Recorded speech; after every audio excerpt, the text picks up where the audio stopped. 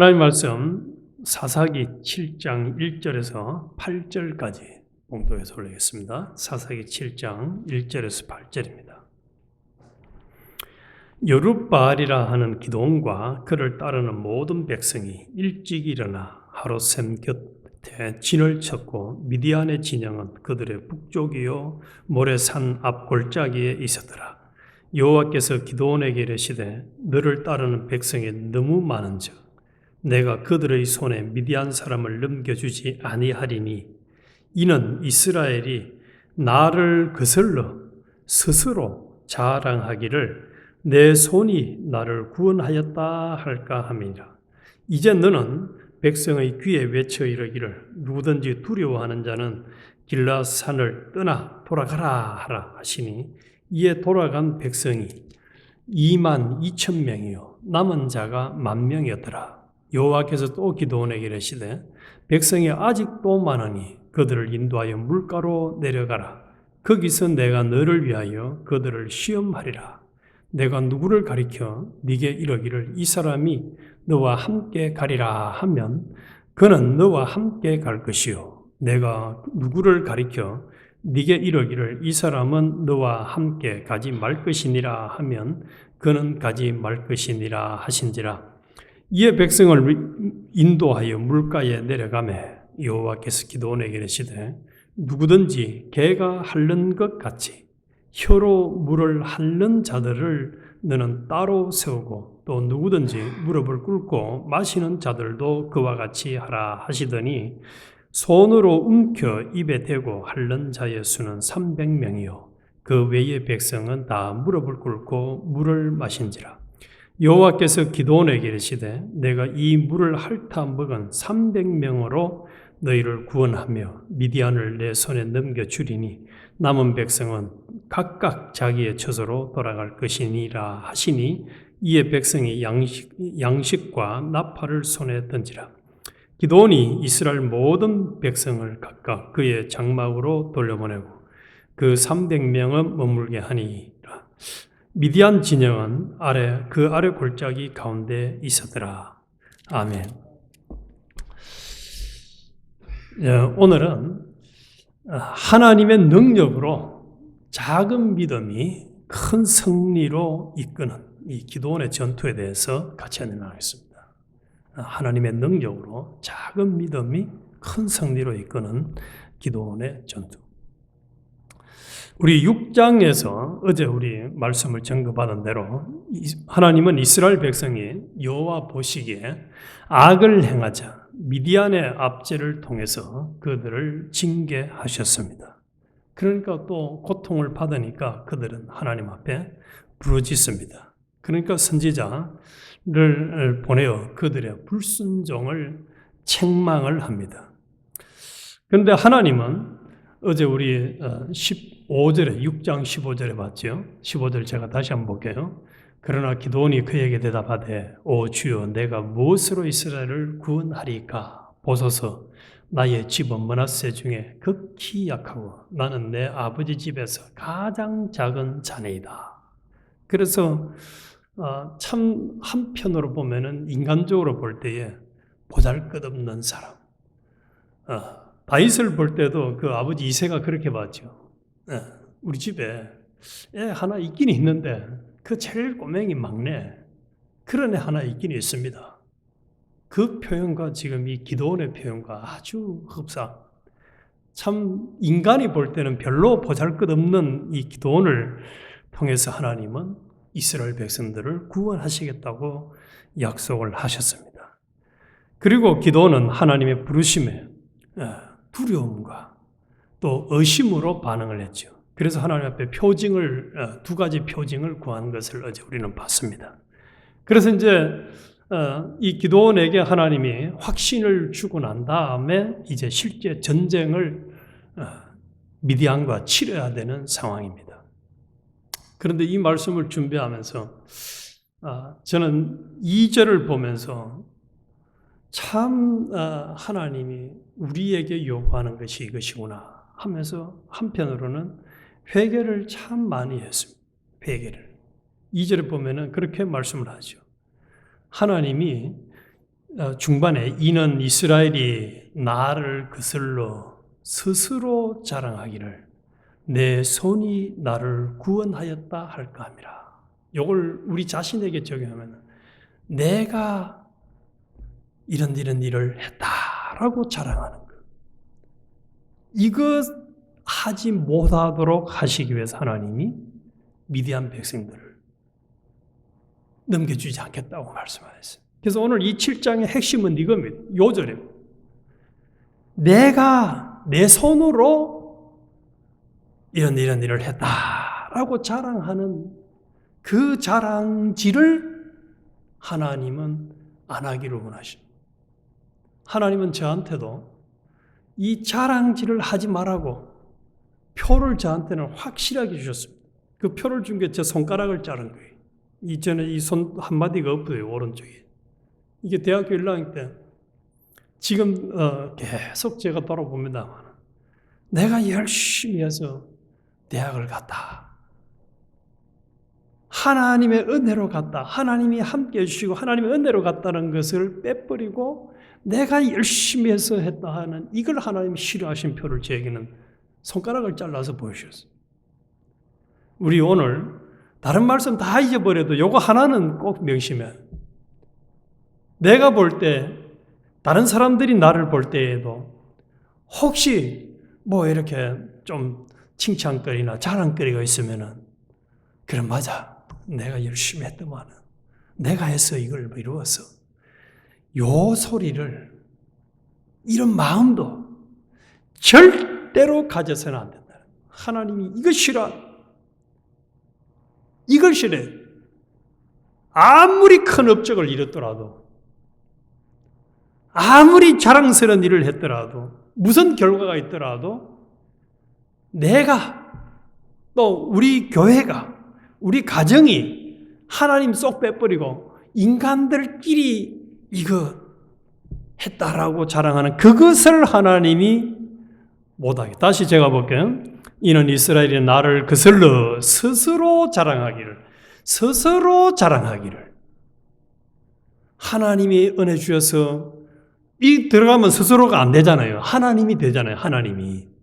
하나님이 나에게 지혜를 줘서 공부를 잘하게 됐고 하나님 나에게 지혜를 줘서 건강하게 됐고 하나님 나에게 은혜를 줘서 지금 이 상황이 됐습니다라고 요렇게 해야 되는데 하나님은 쏙 빼버리고 내가 열심히 해서 내가 노력을 해가지고 또 내가 사람들한테 인정을 받아서 내가 여기 내가입니다. 내 손이 나를 구원하였다. 히스기야도 하나님 앞에 버림받은 이유 중에 무슨 자랑했습니까? 창고 자랑했어요. 창고. 곡간 자랑했어요. 하나님 자랑 안 했어요. 그랬을 때 하나님이 버리셨거든요. 우리 스스로입니다. 스스로. 내 손이 나를 구원했다. 요것을 하나님이 제일 싫어한다는 거예요. 제일 싫어요. 저는 이 손가락이 잘리고 난 이후에도 잘 안 되는 것 같아요. 또 수시로 하나님은 쏙 빼버리고 또 내가 열심히 했어. 또 내가 그 하나님의 은혜입니다. 하나님이 하셨습니다. 그래서 제가 한국에서 목회할 때에 우리 교인들한테 맨날 그 인사를 시킨 게 있어요. 하나님이 하셨습니다. 하나님 은혜입니다. 이거 하라고. 하나님이 하셨습니다. 하나님 은혜입니다. 하나님은 우리에게 욕을 원하는데 우리는 편이 안 맞을지 모르겠습니다. 제가 만난 많은 사람들은 다 내가예요. 내가 열심히 했더만 내가지 하나님의 은혜로 하나님이 함께 하셨으란 말은 저는 잘 못 들어본 것 같아요. 참 희귀한 것 같아요. 건강을 회복했다?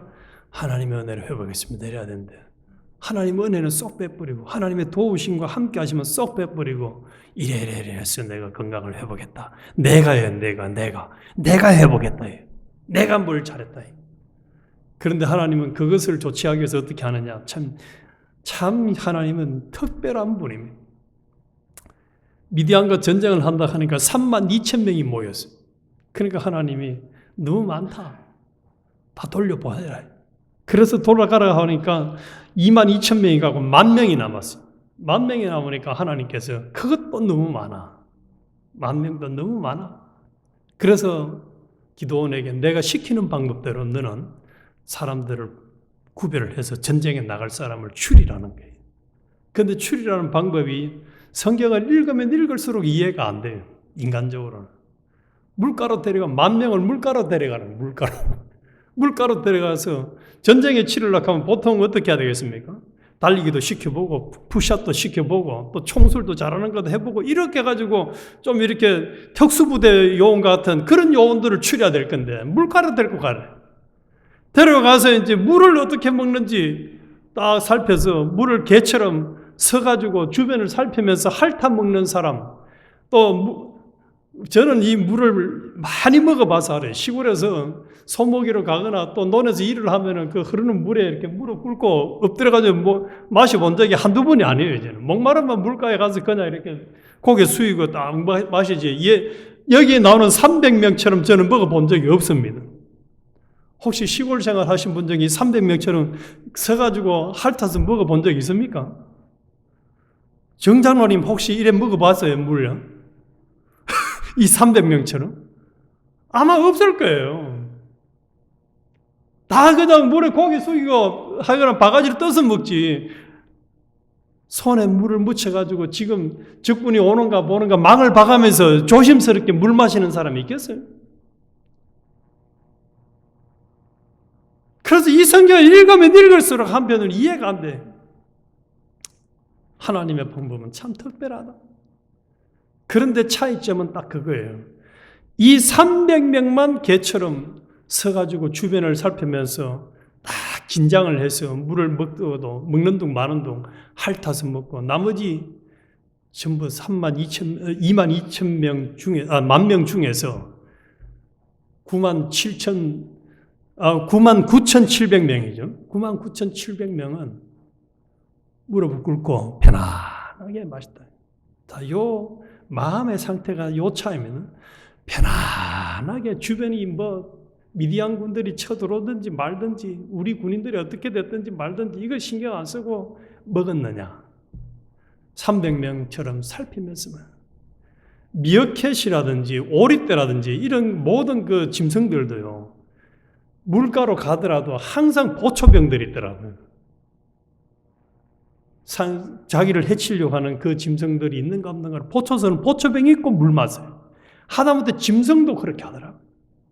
그런데 지금 전쟁터입니다. 전쟁터. 이 사람 10,000명이 있는 것은 전쟁터인데 주변을 돌아보지도 아니하고 편안하게 그냥 내 자신의 지금 피로를 채우기 위해서 물을 마시는 사람이 9,700명. 그래서 300명 빼고는 다 편안하게. 하나님은 여기서 차이를 구별하시고 300명만 데려가라고 했어요. 300명만.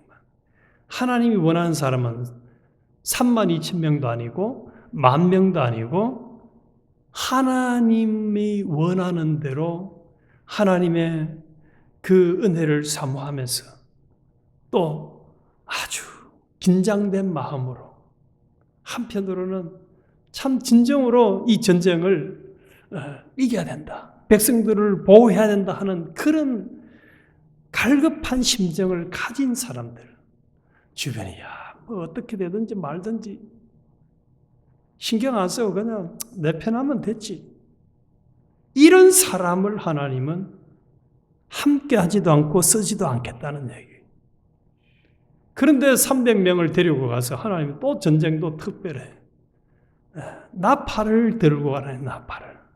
나팔을 들고. 우리 하나님 참 특별합니다. 그런데 결국은 이 300명 가지고 미디안 군을 다 쳤더라가 요 7장의 결론입니다. 300명 가지고. 그래서 20절을 제가 볼게요. 20절. 세 대가 나팔을 불며 항아리를 부수고 왼손에 횃불을 들고 오른손에 나팔을 들어 불며 외쳐 이르되 여호와 기드온의 칼이라 하고 각기 제자리에 서서 그 진영을 에워싸매 그 온 진영의 군사들이 뛰고 부르짖으며 도망하였는데 300명이 나팔을 불 때에 이게 중요합니다. 여호와께서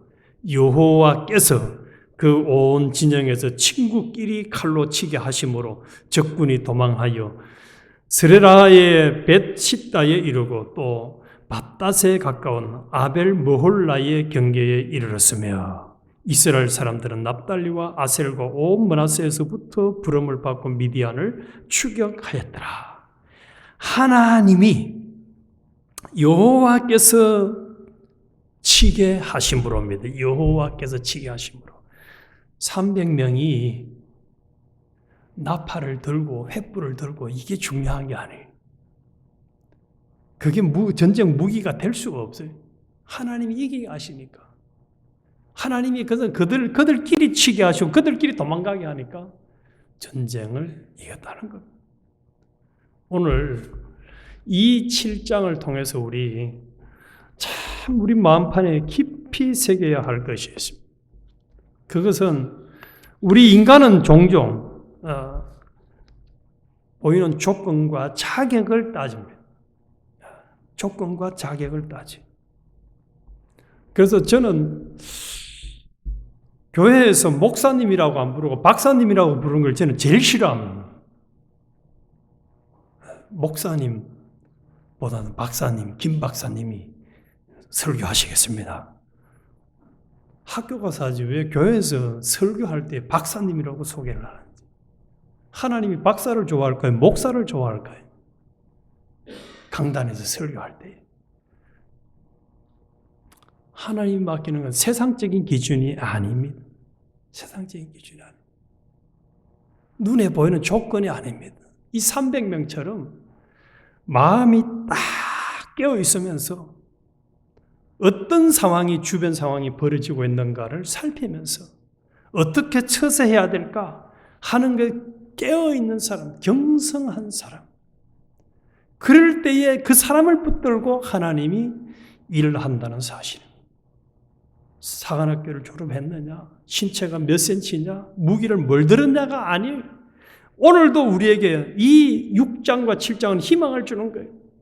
기도원이 자기 스스로를 얘기했잖아요. 나는 제일 꼬레비 중에 꼬레비 못난 사람이다. 아무리 돌아봐도 저도 그런 것 같아요. 또 우리 예언교회 식구들도 그런 것 같아요. 한편으로. 이 LA에 잘난 사람들이 얼마나 많아요. 제가 여기 와서 제일 놀란 것이 한국 사람들 참 자리를 엄청나게 잡았구나.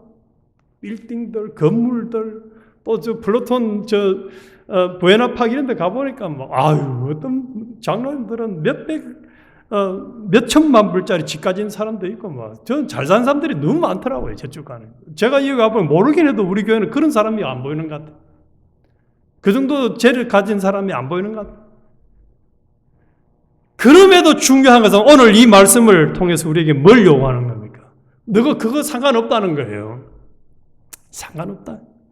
300명처럼 기도원처럼 하나님 한 분의 은혜가 아니면 안 됩니다 하는 그 갈급함을 가지고 깨어 있으면서 내 위치에서 내 자리에서 내가 지금 무엇을 하기를 하나님 원하시는가 그 하나님의 음성을 듣고 뜻을 따르고 순종하겠다고 하는 그런 심정을 가진 사람이 하나님이 찾는 사람이라는 거예요. 그 사람만 있으면 숫자에 상관이 없어요.